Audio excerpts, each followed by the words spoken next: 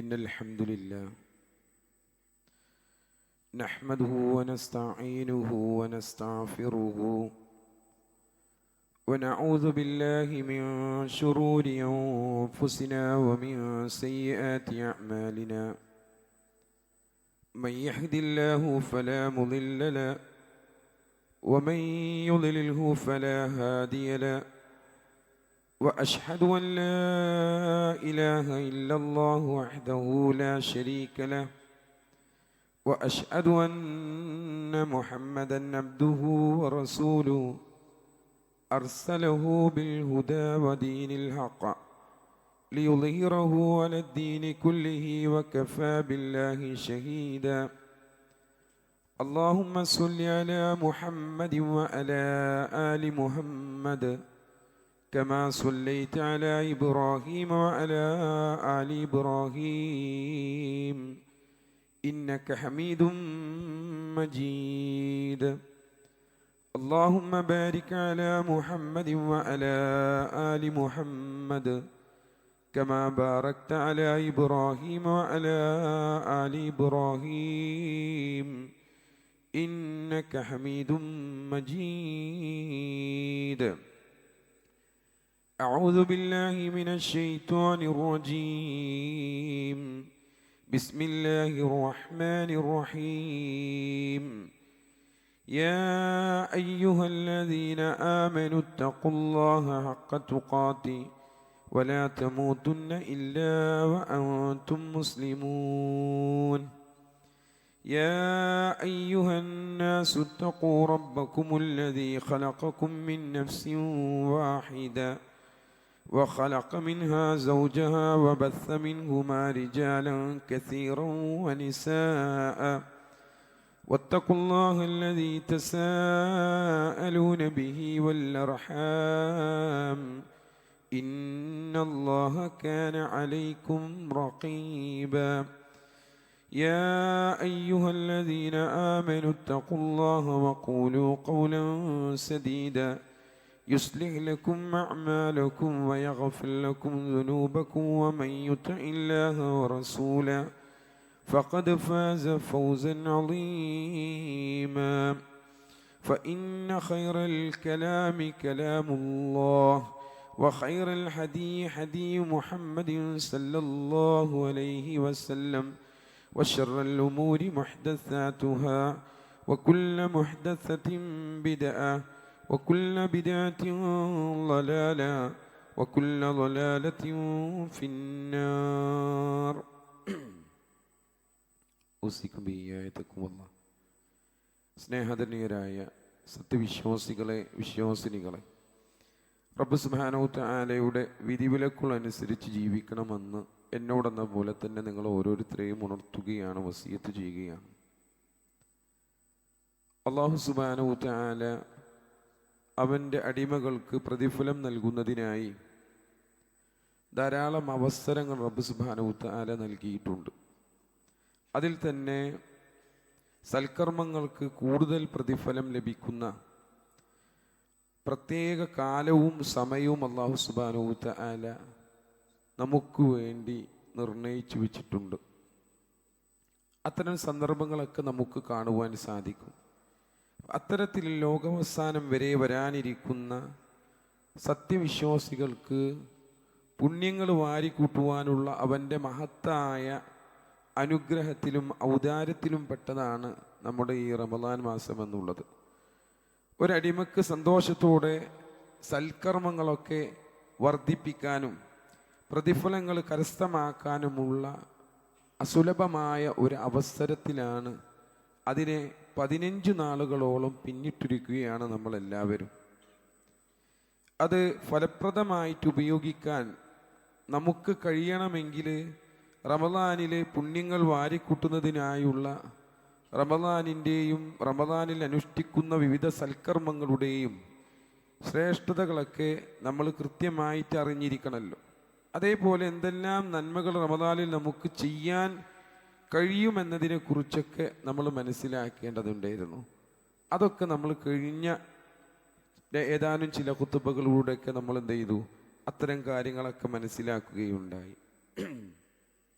എന്നാൽ നമ്മൾ അതോടൊപ്പം മനസ്സിലാക്കേണ്ട പ്രധാനപ്പെട്ട ഒരു കാര്യമാണ്, റമദാൻ ആഗതമായി കഴിഞ്ഞാൽ പ്രകൃതിയിൽ തന്നെ ചില മാറ്റങ്ങൾ അല്ലാഹു സുബ്ഹാനഹു വ തആല കൊണ്ടുവരുമെന്നുള്ളതാണ്.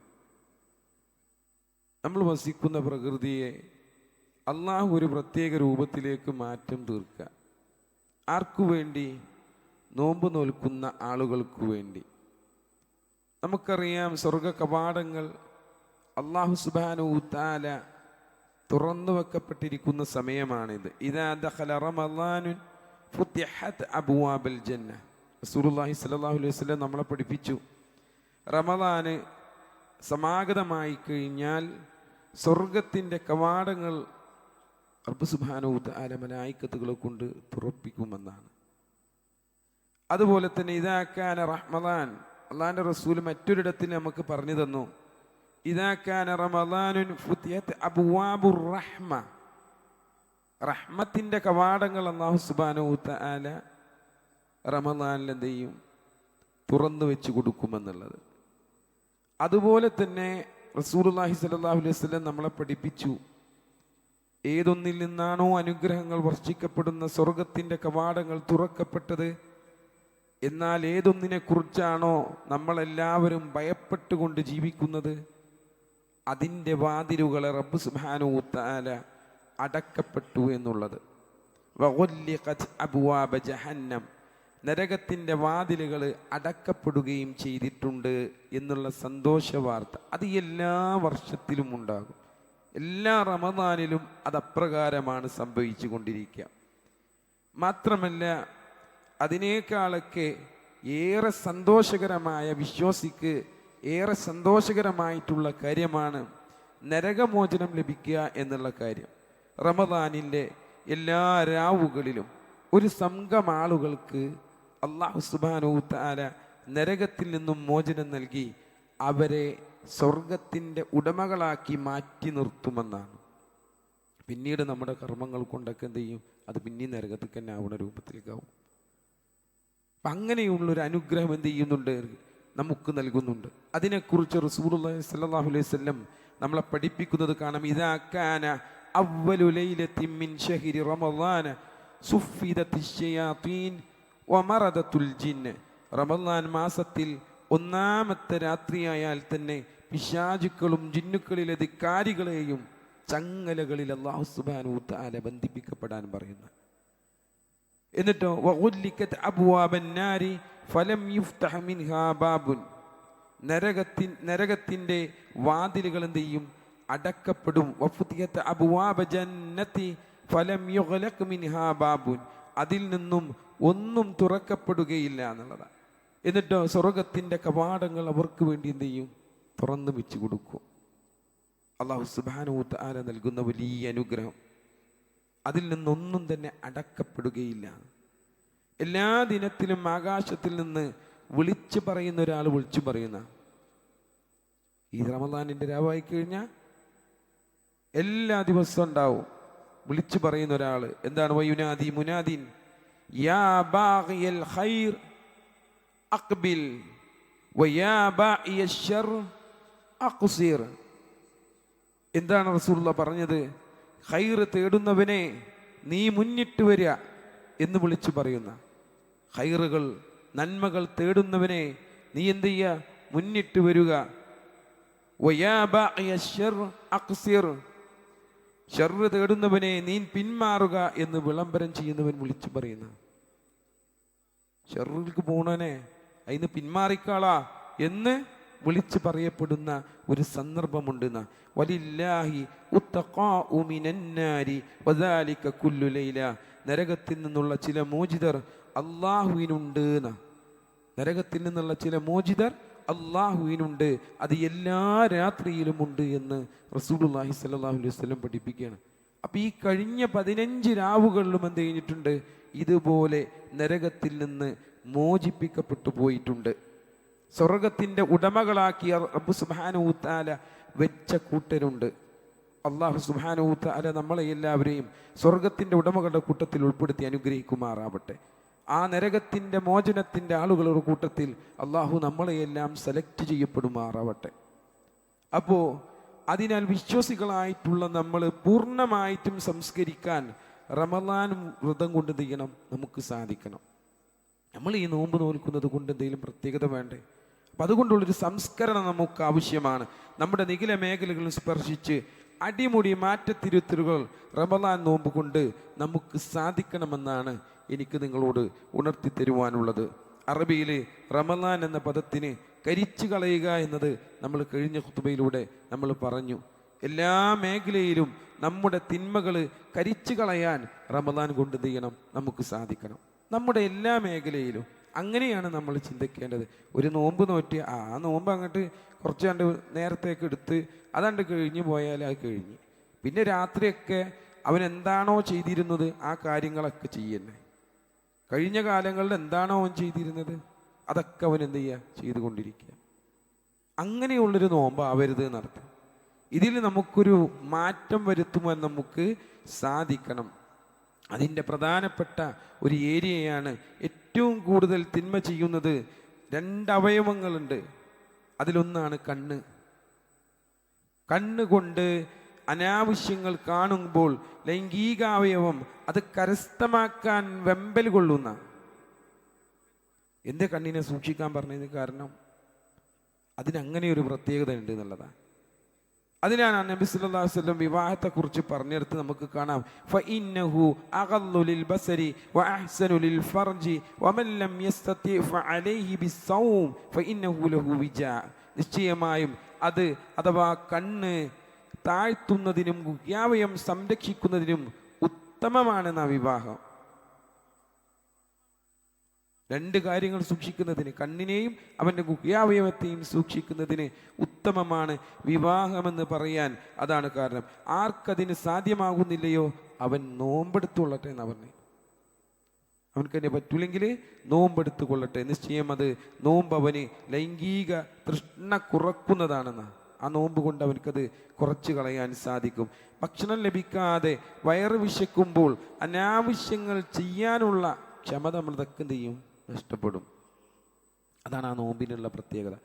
എന്നാൽ വ്രതം അനുഷ്ഠിക്കുന്നത് അള്ളാഹുവിന് തൃപ്തിക്ക് വേണ്ടിയാണ് എന്ന ചിന്തയുണ്ടാകുമ്പോൾ തിന്മകളിലേക്ക് അടുക്കാൻ തന്നെ വിശ്വസിക്കുന്നില്ല, കഴിയില്ല എന്നുള്ളതാണ്. കണ്ണുകൾ കൊണ്ട് തിന്മ ചെയ്യാൻ മുതിരാൻ പാടില്ല.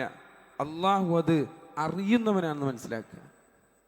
റബ്ബ് സുബ്ഹാനഹു വ തആല വിശുദ്ധ ഗ്രന്ഥത്തിൽ പറഞ്ഞില്ലേ, യഅലമു ഖായിനത്തൽ അയുനി വമാ തുഖ്ഫി സുദൂർ. അല്ലാഹു സുബ്ഹാനഹു വ തആല പറയുന്ന കാര്യം ചതിക്കണ്ണുകളെ അഥവാ കള്ളനോട്ടങ്ങളെയും ഹൃദയങ്ങളും മറച്ചു വെക്കുന്നതിനെയും അവൻ അള്ളാഹു അറിയുന്നു എന്നാ. ചതിക്കണ്ണ് എങ്ങനെയാണ്? ചതിക്കണ്ണ് നോമ്പാണെന്ന് വിചാരിച്ചിട്ട് കുറേയൊക്കെ ഇതിൽ നോക്കാതെ കുത്തിരിക്കും. അത് കഴിഞ്ഞതിന് ശേഷം നോമ്പണ്ട് പറഞ്ഞു കഴിഞ്ഞാൽ അവൻ്റെ കയ്യിലേക്ക് ആ സാധനം കണ്ടെടുക്കും. എന്നിട്ട് അവൻ തുടങ്ങും ഓരോ ഭാഗങ്ങൾ ഇങ്ങനെ തുടങ്ങി. പിന്നെ ഏത് ഭാഗത്തേക്ക് പോകുമെന്ന് പറയേണ്ട ആവശ്യമില്ലല്ലോ. രാത്രിയുടെ അന്ത്യയാമങ്ങളായി കഴിഞ്ഞ പുതപ്പുകളിലേക്ക് അവൻ ചുരുളും. അവൻ്റെ കണ്ണുകൾ പോകുന്നത് മറ്റു പല സൈറ്റുകളിലേക്കുമായിരിക്കും. ആ സമയത്ത് അവൻ്റെ മനസ്സിലേക്ക് ഇങ്ങനെ പിശാച് കുറുകി കൊടുക്കുന്നതിനനുസരിച്ച് അവൻ്റെ കൈകൾ നീങ്ങിക്കൊണ്ടിരിക്കും. അതാണ് ചതിക്കണ്ണ്. ആളുകൾക്കിടയിൽ അവൻ്റെ കണ്ണുകൾ നല്ലതാണ്. പക്ഷേ രാത്രിയുടെ അന്ത്യയാമങ്ങളിൽ അവൻ്റെ കണ്ണ് ചതിയനാണ്. അവൻ്റെ കണ്ണുകൾ കൊണ്ട് അവൻ വേണ്ടാത്തിടത്തിങ്ങളിലേക്ക് വേണ്ടാത്ത വീഡിയോകൾ നോക്കിക്കൊണ്ട് അവൻ്റെ മനസ്സിൻ്റെ സുഖത്തിൻ്റെ ലോലുത കണ്ടെത്താൻ വേണ്ടി അവൻ പരിശ്രമിക്കുകയാണ്. അതാണ് ചതിക്കണ്ണ്. എന്നിട്ട് അള്ളാഹ് അതിൻ്റെ കൂടെ പറഞ്ഞ കാര്യമാണ് വമാ തുഖ്ഫി സുദൂർ. ഹൃദയങ്ങൾ മറച്ചു വെക്കുന്നതിനെ അവൻ അള്ളാഹു അറിയുന്നുണ്ട് എന്നുള്ളതാണ്. നമ്മളിടയ്ക്ക് വരൂലേ, ആൾക്കാർ വരൂലേ, ഈ നോക്കിയവരൊക്കെ നമ്മുടെ ഇടയിൽ തന്നെ ജീവിക്കുന്നുണ്ടാകും. അവനവൻ്റെ മനസ്സിൽ അതിങ്ങനെ മറച്ചിങ്ങനെ വെച്ചേക്കാണ്. ആരും അറിയില്ലല്ലോ, അവരാരും കണ്ടിട്ടില്ലല്ലോ. പക്ഷേ അല്ലാഹു സുബ്ഹാനഹു വ തആല അതറിയുന്നുണ്ട് എന്നുള്ള കാര്യം നമ്മളെ ഉണർത്തി തരുകയാണ്. അപ്പം അശ്ലീലതകൾ കാണുകയോ കേൾക്കുകയോ ചെയ്യുമ്പോൾ ലൈംഗിക ചിന്ത മനുഷ്യനുണ്ടാക്കുമെന്നുള്ളത് നമ്മൾ അറിഞ്ഞിരിക്കേണ്ട കാര്യമാണ്. അതവനെ വ്യഭിചാരത്തിലേക്ക് നയിക്കും. വ്യഭിചാരത്തിലേക്ക് അടുപ്പിക്കുന്ന എല്ലാ കാര്യങ്ങളും അല്ലാഹു സുബ്ഹാനഹു വ തആല വിരോധിച്ചില്ലേ? റബ്ബ് സുബ്ഹാനഹു വ തആല പറഞ്ഞു, വലാ തഖറബുസ്സിനാ, നിങ്ങൾ വ്യഭിചാരത്തിലേക്ക് അടുത്തു പോകരുത്. വ്യഭിചാരം ചെയ്യരുത് എന്നല്ല അല്ലാഹ് പറഞ്ഞത്. അല്ലാഹു സുബ്ഹാനഹു വ തആല പറഞ്ഞത് നിങ്ങൾ വ്യഭിചാരത്തിലേക്ക് അടുത്തു പോകരുത് എന്നാണ്. ആലോചിച്ച് നോക്കൂ, എത്ര വ്യക്തമായിക്കൊണ്ടാണ് അല്ലാഹു സുബ്ഹാനഹു വ തആല പറയുന്നത്. അടുത്തു പോകരുത് എന്ന് പറഞ്ഞിട്ടുണ്ടെങ്കിൽ അതിൻ്റെ ആ മാർഗം പോലും സ്വീകരിക്കാൻ പാടില്ല എന്ന്. അതാണ് കണ്ണിനെ സൂക്ഷിക്കുക എന്ന് പറഞ്ഞത്. കണ്ണിനെ സൂക്ഷിക്കുക എന്ന് പറഞ്ഞത്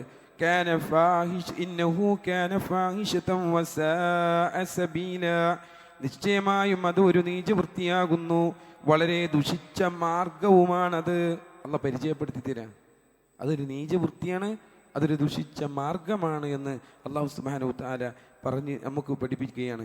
ലൈംഗികായം സംരക്ഷിച്ചവരാണ് വിജയം കൈവരിച്ച വിശ്വാസികളെന്ന് അല്ലാഹു സുബ്ഹാനഹു വ തആല എടുത്തു പറയുന്നുണ്ട്. എന്നിട്ട് അതൊക്കെ സൂക്ഷിച്ച് ജീവിക്കുന്ന ആൾക്കാരുണ്ടാവുമല്ലോ, അതൊക്കെ സൂക്ഷിച്ച് അള്ളാഹ് പറഞ്ഞതുപോലെ കേട്ട് ജീവിക്കുന്നുണ്ട്. ഖദ് അഫ്ലഹൽ മുഅ്മിനൂൻ, മുഅ്മിനീങ്ങൾ വിജയിച്ചിരിക്കുന്നു.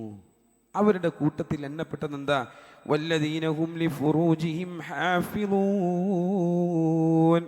തങ്ങളുടെ ഗുഹ്യസ്ഥാനങ്ങളെ സൂക്ഷിച്ചു വരുന്നവരും തങ്ങളുടെ ഭാര്യമാരെയോ അല്ലെങ്കിൽ തങ്ങളുടെ വലങ്കൈ ഉടമപ്പെടുത്തിയവരെയോ സംബന്ധിച്ചൊഴികെ, ഭാര്യമാർക്കൊക്കെ നമുക്ക് അനുവദനീയാണ്.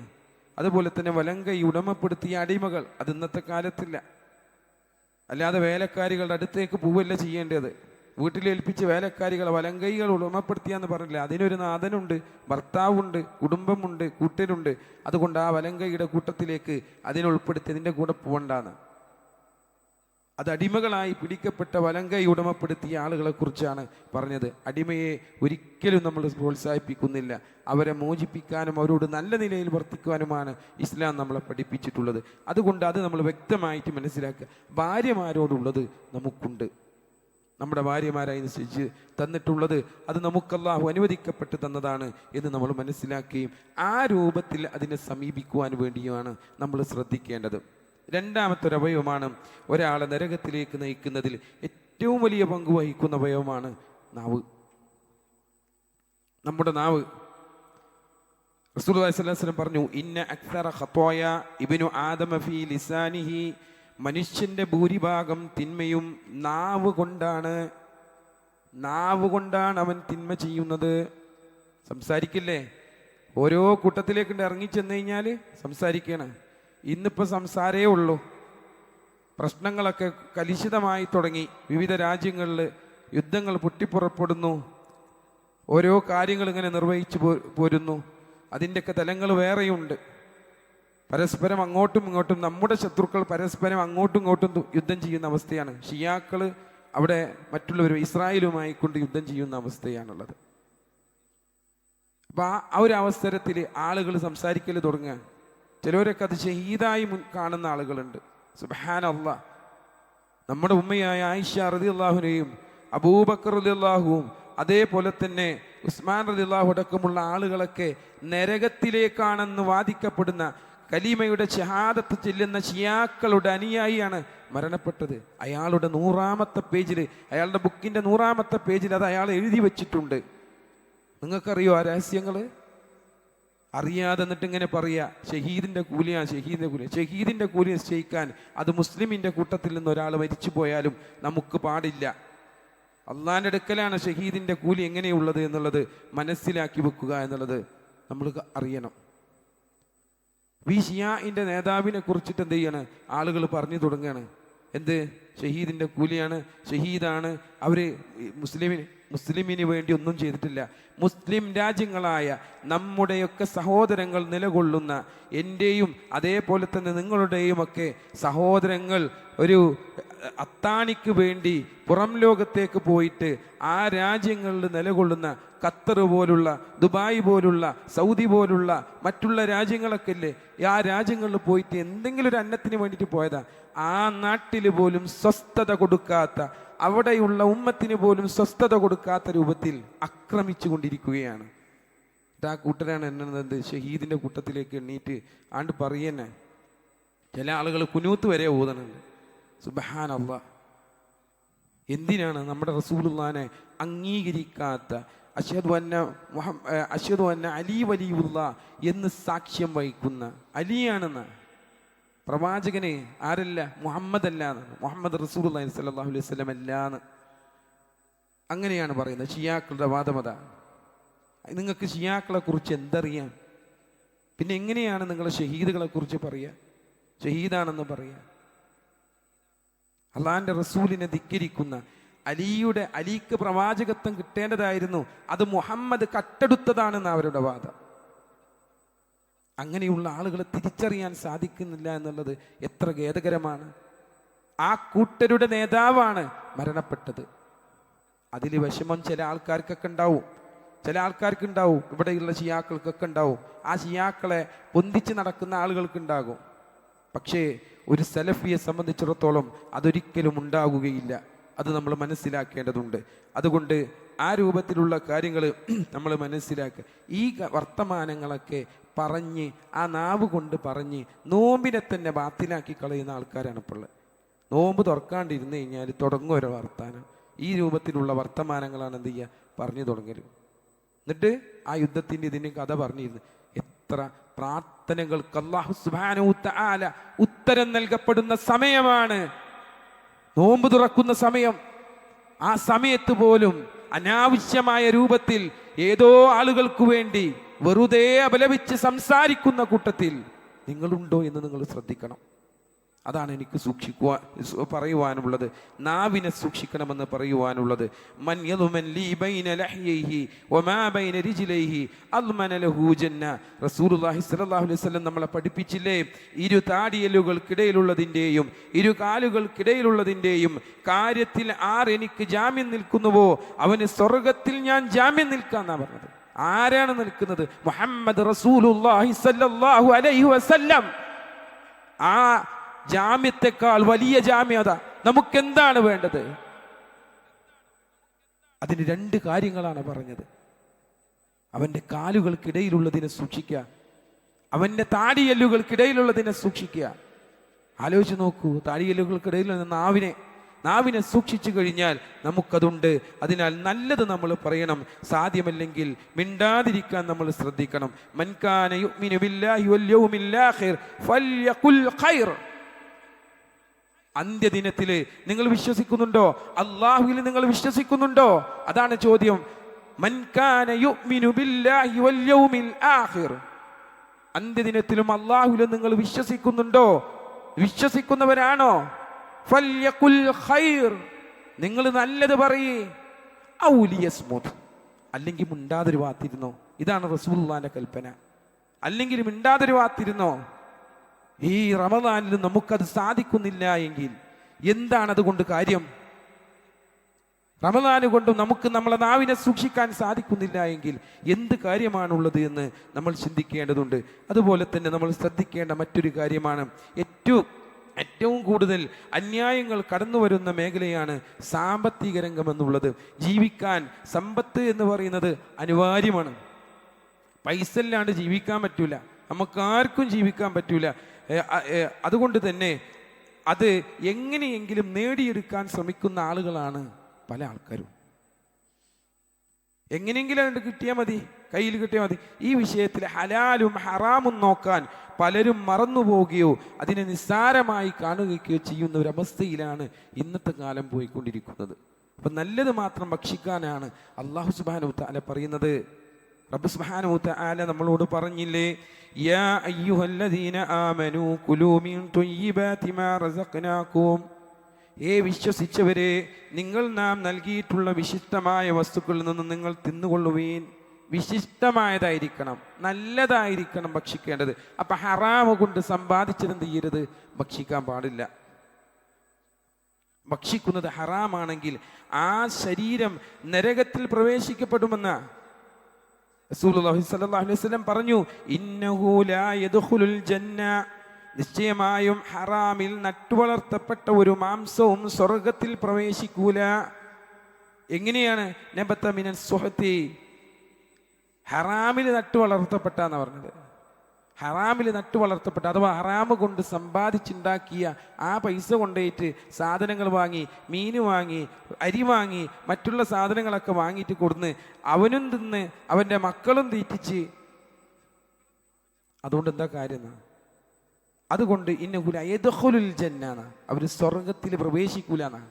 അതുകൊണ്ട് നട്ടു വളർന്ന ശരീരമാണിത് എങ്കിൽ അതിനെ പശ്ചാത്തപിച്ച് അല്ലാഹുവിലേക്ക് മടക്കേണ്ടതുണ്ട് എന്ന്. അങ്ങനെ മടക്കുന്നവരാകുവാൻ നമുക്ക് സാധിക്കണം. സാമ്പത്തിക രംഗം സംശുദ്ധമാക്കാൻ ഈ റമദാനിൽ നമുക്ക് സാധ്യമാകണമെന്നാണ് എൻ്റെ സഹോദരി സഹോദരന്മാരോട് എനിക്കുണർത്തി തരുവാനുള്ളത്. നിർബന്ധമായിട്ടുള്ള സകാത്ത് നൽകാനുള്ള ആളുകൾ അത് കൊടുത്തു വീട്ടാൻ ശ്രദ്ധിക്കണം. അത് കൊടുത്തു വീട്ടിയില്ലെങ്കിലും ആ സമ്പാദ്യം പിന്നീട് ഹറാമായി. ഇനി നല്ലപോലെ സമ്പാദിച്ചുണ്ടാക്കിയ സാധനമാണെന്ന് വിചാരിച്ചോളി. നിങ്ങൾ നല്ലപോലെ സമ്പാദിച്ചുണ്ടാക്കിയത് ഹലാലായി തന്നെ, പക്ഷെ അതിൻ്റെ സകാത്ത് നിങ്ങൾ കൊടുത്തിട്ടില്ലേ, അത് ഒരു വർഷം തികഞ്ഞു കഴിഞ്ഞാൽ നിങ്ങൾക്കത് ഹറാമായി. അതിനെ ശുദ്ധീകരിക്കാൻ നിങ്ങൾക്ക് സാധിച്ചിട്ടില്ലേ, അപ്പോൾ അത് ഒരു വർഷം കഴിഞ്ഞു കഴിഞ്ഞാൽ നിങ്ങളത് ഹറാമായി. ആലോചിക്കേണ്ട കാര്യമാണ്. അതുകൊണ്ട് നിങ്ങൾ തിന്നുന്നതൊക്കെ ഹറാമിൽ കൊണ്ട് തിന്നുന്നതിന് തുല്യമാണ്. അതിൻ്റെ 2% നമുക്ക് കൊടുക്കുവാൻ സാധിക്കണം. അങ്ങനെ കൊടുക്കുന്നവരുടെ കൂട്ടത്തിലാകുവാൻ നാം ശ്രദ്ധിക്കണം. സമ്പത്ത് കൊണ്ട് സ്വർഗം നേടാനും നമുക്ക് കഴിയണമെന്നുള്ളതാണ് എനിക്ക് നിങ്ങൾ ഉണർത്തി തരുവാനുള്ളത്. വിവിധ ആവശ്യങ്ങളിലേക്ക് സ്വതക്ക നൽകാൻ നമ്മുടെ ധനം എന്ത് ചെയ്യണം? വിനിയോഗിക്കണം. ചെലവഴിച്ചത് കൊണ്ട് ധനത്തിൽ കുറവൊരിക്കലും അല്ലാഹു സുബ്ഹാനഹു തആല വരുത്തുകയില്ല. പുണ്യങ്ങൾ ഇരട്ടിയായി ലഭിക്കുകയും ചെയ്യുമെന്നുള്ളതാണ് നമ്മളെ പഠിപ്പിക്കുന്നത്. വിശുദ്ധ ഖുർആനിൽ അല്ലാഹു സുബ്ഹാനഹു തആല പറഞ്ഞു, മസലുൽ ലദീന യുൻഫിഖൂന അംവാലഹും ഫീ സബീലില്ലാഹ് കമസലി ഹബ്ബ. എങ്ങനെയാണത്? ആ ദാനധർമ്മം ചെയ്യുക എന്നുള്ളത്, അള്ളാഹുവിൻ്റെ മാർഗത്തിൽ തങ്ങളുടെ സ്വത്തുക്കൾ ചെലവഴിക്കുന്നവരുടെ ഉപമ ഒരു ധാന്യമണിയുടെ മാതിരിയാണെന്ന്. ഒരു ധാന്യമണി മാതിരിയാണ്.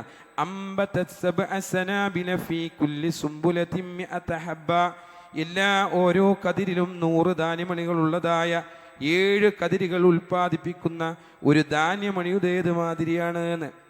ഒരു ധാന്യമണി ഉണ്ടിട്ട് അതിലൂടെ 7 കതിര് പുറപ്പെട്ട് ആ 7 കതിരിലും എന്തുണ്ട്? 100 ധാന്യമണികളുണ്ട്. അപ്പോൾ 700ആയി.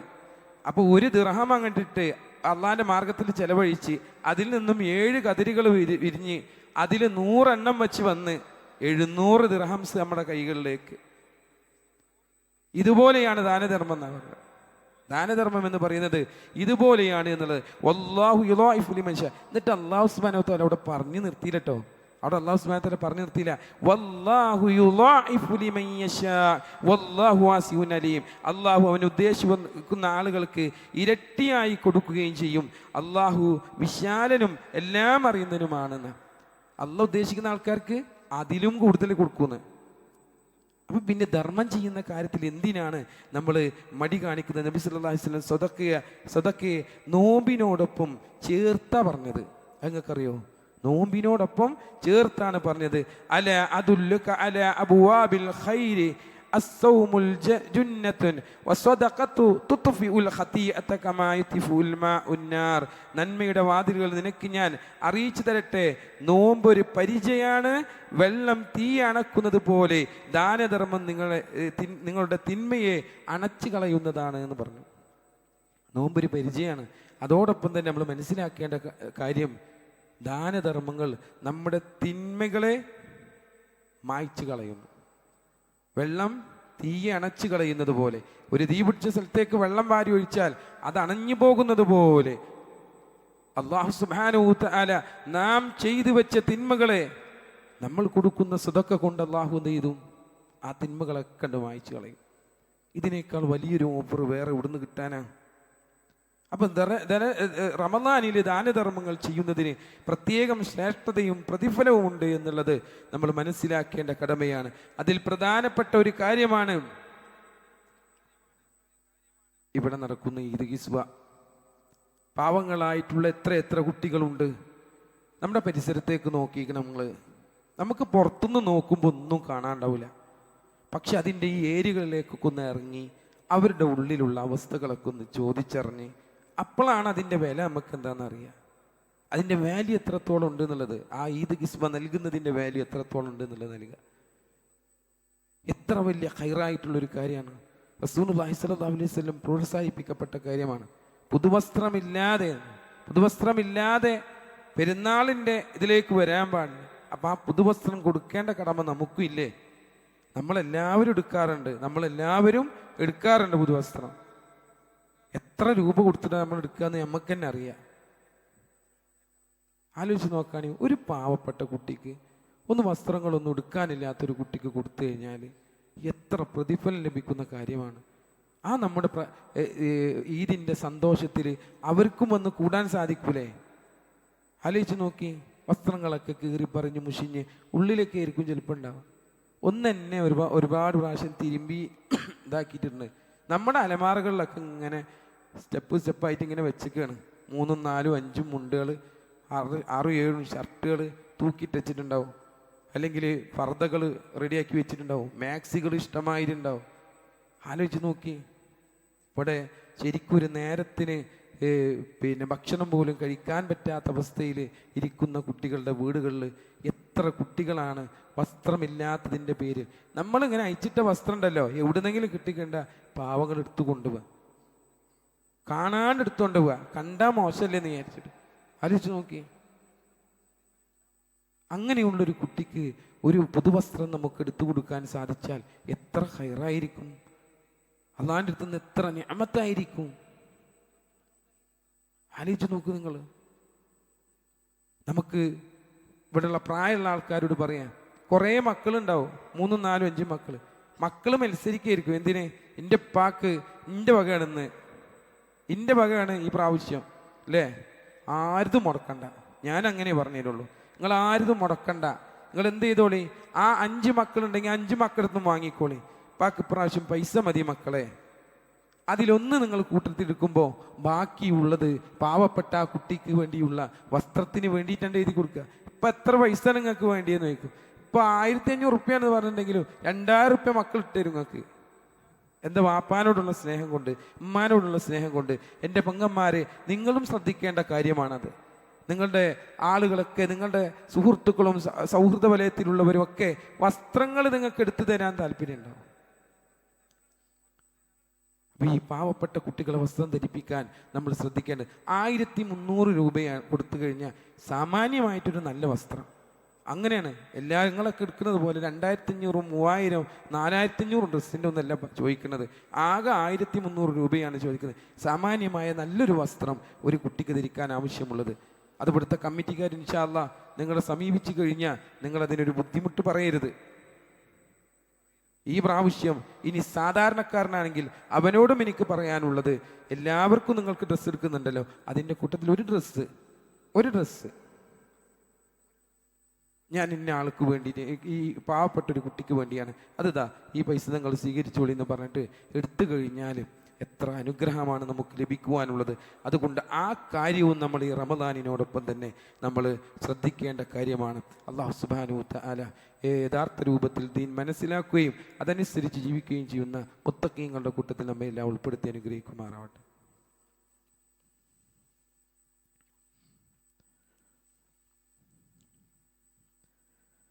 അൽഹംദുലില്ലാഹ് അസ്സലാത്തു വസ്സലാമു അലാ റസൂലിൽ അമീൻ വഅലാ ആലിഹി അജ്മഈൻ അമ്മാ ബഅദ്.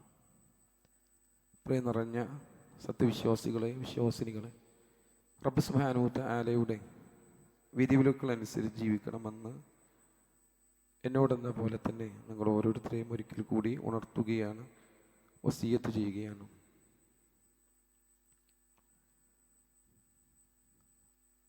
നമുക്ക് വീണ് കിട്ടിയ ഈ റമദാൻ ഏറ്റവും നല്ല രൂപത്തിൽ ആക്കി തീർക്കുവാൻ, നന്മകൾ കൊണ്ട് പൂക്കാലമണിയിക്കുവാനുള്ള ഒരവസരമാണ്. അതിനെ ഉപയോഗപ്പെടുത്തണമെന്നുള്ളതാണ് നമ്മൾ ഒന്നാമത്തെ ഖുതുബയിലൂടെ വിവിധ മേഖലയെ തട്ടിച്ചുകൊണ്ട് പറഞ്ഞത്. ഇനി നമ്മൾ മനസ്സിലാക്കേണ്ട മറ്റൊരു കാര്യം കൂടിയുണ്ട്.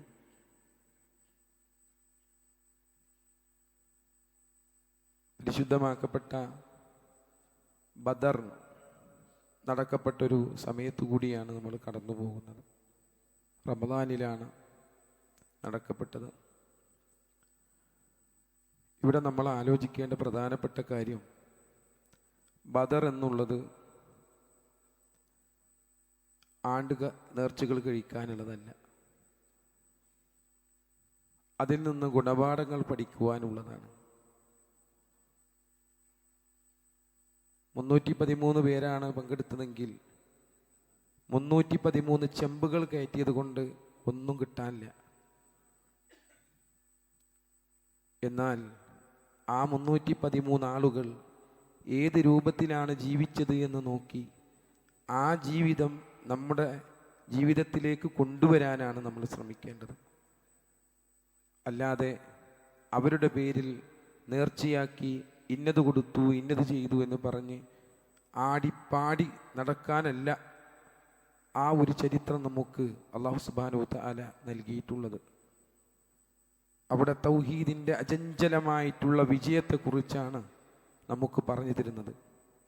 എന്തിനാ അവർ യുദ്ധം ചെയ്യുന്നതെന്ന് അറിയോ? അള്ളാഹു അല്ലാതെ ആരാധനക്കർഹൻ മറ്റാരുമില്ല എന്ന് പറയാൻ വേണ്ടിയിട്ട്, അതിനെ നിലനിർത്താൻ വേണ്ടിയിട്ടാണ് ആ ചെറിയ സംഖ്യ ആളുകൾ വലിയ സംഘം ആളുകളുമായി കൊണ്ടെന്ത് ചെയ്യുന്നത്, ഏറ്റുമുട്ടുന്നത്. ആ വലിയ സംഘത്തിൻ്റെ വിചാരങ്ങളും ആഗ്രഹങ്ങളും എന്താ? അവരെ സംബന്ധിച്ചിടത്തോളം അവർക്ക് അള്ളാഹു രക്ഷകനായുണ്ട്. അവർ അല്ലല്ല എന്നൊന്നും പറയുന്നില്ല.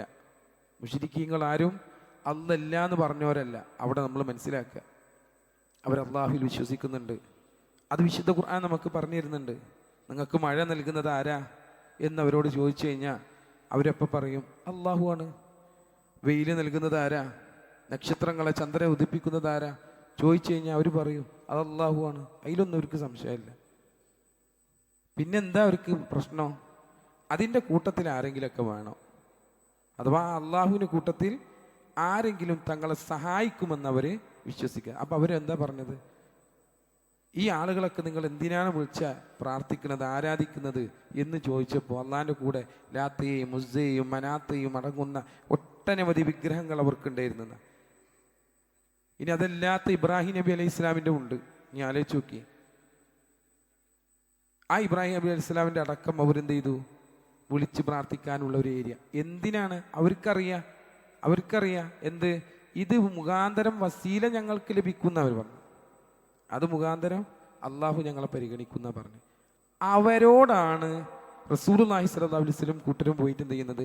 യുദ്ധം ചെയ്യുന്നത്. അങ്ങനെയല്ല, അള്ളാഹുവാണ് എല്ലാം നൽകാൻ കഴിവുള്ളവൻ എന്നുള്ള നിലക്കാണ് എന്ത് ചെയ്യുന്നത്? യുദ്ധം ചെയ്യുന്നത്. ആ ലാ ഇലാഹ ഇല്ലല്ലാഹയെ നിലനിർത്താൻ വേണ്ടിയാണ് ബദർ കഴിഞ്ഞിട്ടുള്ളത്. അപ്പൊ നമ്മൾ ആലോചിച്ച് നോക്കി, ഇതുപോലെ പറയുന്ന ആളുകൾ നമ്മുടെ കൂട്ടത്തിലുണ്ടെങ്കിൽ അപ്പം അതാണോ ശരി? അതല്ല, ലാ ഇലാഹ ഇല്ലല്ലാഹ് മാത്രം മുറുകെ പിടിച്ച് ജീവിക്കുന്ന ആളുകളാണോ ശരി എന്നുള്ളത്? മറ്റ് സഹായങ്ങളൊക്കെ അല്ലുണ്ട്, പക്ഷേ ഞങ്ങളെ കാര്യങ്ങളൊക്കെ ഒന്നും കൂടി പറഞ്ഞ് ബോധ്യപ്പെടുത്താനാണ് ഞങ്ങൾ ഇന്ന ആൾക്കാരൊക്കെ വിളിച്ച് പറയുന്നത്. അവരെ കബറിലൊക്കെ നമ്മൾ പോണത് ഇതിനു വേണ്ടിയിട്ടാണ് എന്ന് പറയുന്നത്. അങ്ങനെ ഒരു കൂട്ടർ നമ്മുടെ കൂട്ടത്തിലില്ലേ? ശരിക്കും അതാണോ ശരി? അതല്ല, ബദറിലെ ആളുകൾ ചെയ്തതുപോലെ ലാ ഇലാഹ ഇല്ലല്ലാഹ്ക്ക് വേണ്ടി പോരാടിക്കൊണ്ടിരിക്കുന്ന ആളുകളാണോ ശരി? നമ്മൾ ഇനി ആരും അങ്ങോട്ടും ഇങ്ങോട്ടും പറയണ്ട. അതൊന്നും നമ്മൾ ചിന്തിച്ചു നോക്കിയാൽ മതി. അപ്പം ഈ ബദർ എന്തിനാന്നുള്ളത് മനസ്സിലാക്കണം. അല്ലാതെ പോയി പ്ലേറ്റ് ഏറ്റവും ചോറ് വാങ്ങാനുള്ള ഒന്നല്ല. അത് നമ്മൾ മനസ്സിലാക്കുക. അതിനിപ്പോൾ പറഞ്ഞിട്ട് അതിൻ്റെ പേരിൽ എന്ത് ചെയ്യും? ഒരുപാട് ആളുകൾ ഇന്നത് എന്നൊക്കെ പറഞ്ഞ് നടക്കും. പക്ഷെ അവരുടെ ജീവിതം എന്താണ് എന്നുള്ളത് നമ്മൾ പഠിക്കണം. ആ ജീവിതം നമ്മുടെ ജീവിതത്തിലേക്ക് കൊണ്ടുവരുവാൻ നമുക്ക് കഴിയേണ്ടതുണ്ട്. അങ്ങനെ ജീവിച്ച ആളുകൾക്കാണ് നാളെ സ്വർഗത്തിൻ്റെ കവാടങ്ങൾ തുറന്നു വെക്കപ്പെട്ടിട്ടുള്ളത് എന്ന് മനസ്സിലാക്കുക. അപ്പം അത് ഒരു പാഠമായി ഉൾക്കൊണ്ട് നമ്മളത് സ്വീകരിക്കുവാൻ തയ്യാറാകുക. അള്ളാഹു അനുഗ്രഹിക്കട്ടെ. അതോടൊപ്പം തന്നെ നിങ്ങളോട് എനിക്ക് സൂചിപ്പിക്കുവാനുള്ളൊരു മറ്റൊരു കാര്യം, എല്ലാ വർഷവും റമദാൻ മാസത്തിൽ ഒരു വെള്ളിയാഴ്ചയിൽ ഫണ്ട് ശേഖരണം നടത്താറുണ്ട്. റൈറ്റ്സ് ആൻഡ് പാലിയേറ്റീവ് പെരുമ്പടപ്പിൻ്റെ നമ്മുടെ അടുത്ത പ്രദേശത്ത്. ഇവിടെ ഫണ്ട് ശേഖരണം ഇൻഷാ അല്ലാഹ് എന്നാണ് നടക്കുന്നത്. അപ്പം നമ്മുടെ ക്യാൻസർ ബാധിച്ച, കിഡ്നി, പക്ഷാഘാതം, വാർദ്ധക്യ സഹജമായിട്ടുള്ള കിടപ്പ് രോഗികൾ ഈ പ്രദേശത്തെ ചെറുവല്ലൂർ ആമയം രോഗികളുടെ വീട്ടിൽ വന്ന് പരിചരണമൊക്കെ നടത്തി കൊടുക്കുന്നുണ്ട്. ഈ ഭാഗത്തൊക്കെ വരുന്നുണ്ട്. അപ്പോൾ അതിനെ നമ്മൾ എന്ത് ചെയ്യണം? ഒരു താങ്ങായിട്ട് നിർത്തണം. പടച്ചോൻ ആർക്കാണ് എന്തൊക്കെയാണ് വരുത്താന്ന് പറയാൻ പറ്റില്ലല്ലോ.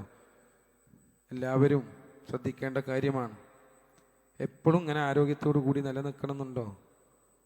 അള്ളാഹു കാത്തുരക്ഷിക്കുമാറാവട്ടെ. പരിപൂർണമായ ആരോഗ്യത്തോടു കൂടി ജീവിക്കുവാനുള്ള തൗഫീഖ് റബ്ബ് സുബ്ഹാനഹു വ തആല നമുക്ക് എല്ലാവർക്കും നൽകി അനുഗ്രഹിക്കട്ടെ. രോഗികളായിട്ടുള്ള അത്തരം ആളുകളുടെയൊക്കെ പ്രയാസങ്ങൾ അള്ളാഹു സുബ്ഹാനഹു വ തആല ദൂരീകരിച്ച് കൊടുക്കുമാറാവട്ടെ. നമ്മളിന്ന് വന്നു പോയിട്ടുള്ള ചെറുതും വലുതുമായ എല്ലാ തെറ്റുകുറ്റങ്ങളും അള്ളാഹു സുബ്ഹാനഹു വ തആല പുറത്തു മാപ്പാക്കി തരട്ടെ. അതോടൊപ്പം തന്നെ പ്രയാസങ്ങൾ അനുഭവിക്കപ്പെടുന്ന മുസ്ലിമീങ്ങൾ ഒരുപാടുണ്ട്.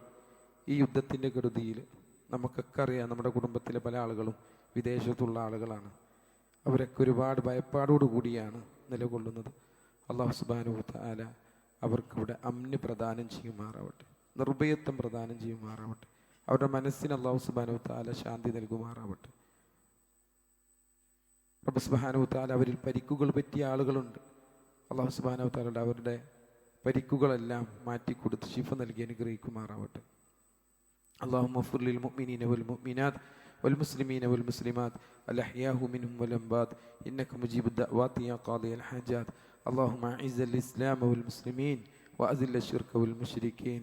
ربنا آتنا في الدنيا حسنة وفي الآخرة حسنة وقنا عذاب النار. آمين برحمتك يا أرحم الراحمين. وأقم الصلاة.